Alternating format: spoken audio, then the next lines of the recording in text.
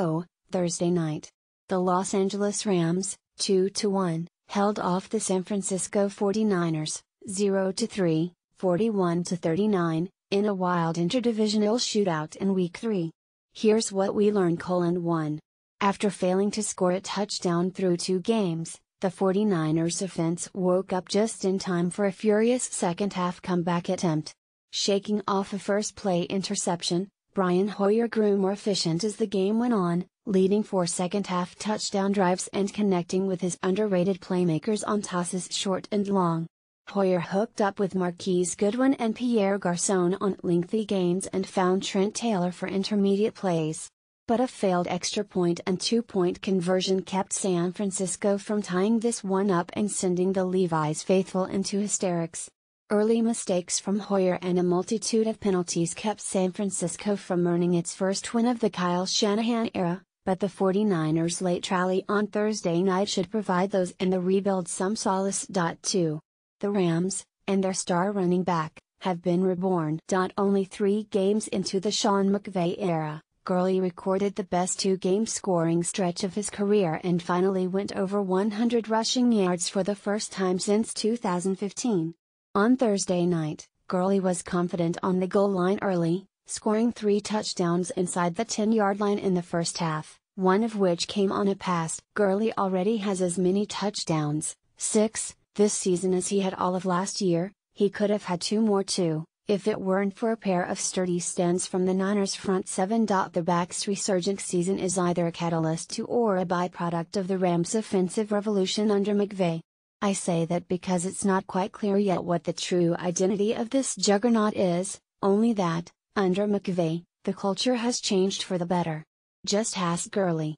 "Oh man, it's unbelievable," Gurley said on the Thursday Night Football set after the game. "Just going from the first 2 years not being able to score like that, last year I wasn't able to run the ball as efficient and I had to open my wings and do that.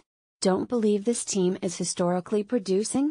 McVay's Rams have tallied 106 points, their franchise's most through 3 games since 2019, when the greatest show on turf roamed Eastern Missouri. 3.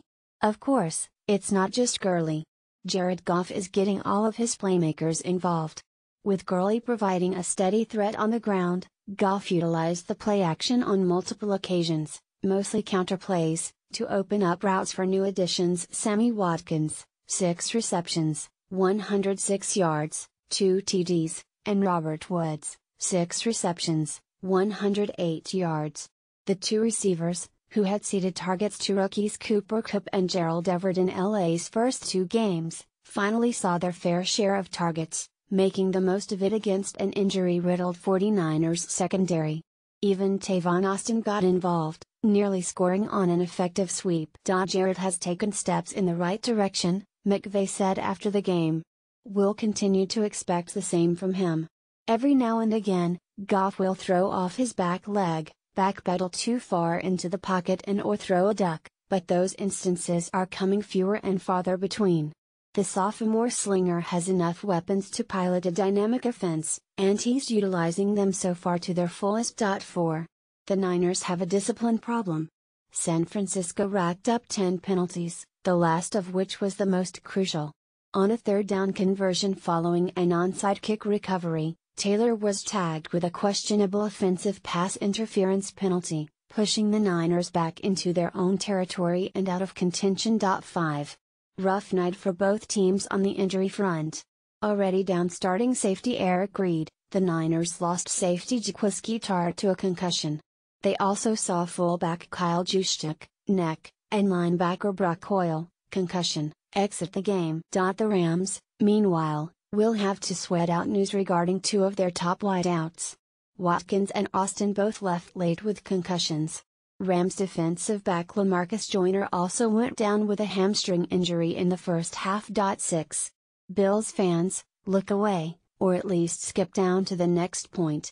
Woods, Watkins, and Goodwin, 3 Buffalo receivers jettisoned by new coach Sean McDermott, combined for 276 yards on 13 receptions. Bills wideouts have tallied 149 receiving yards through 2 games. 7. The future is now.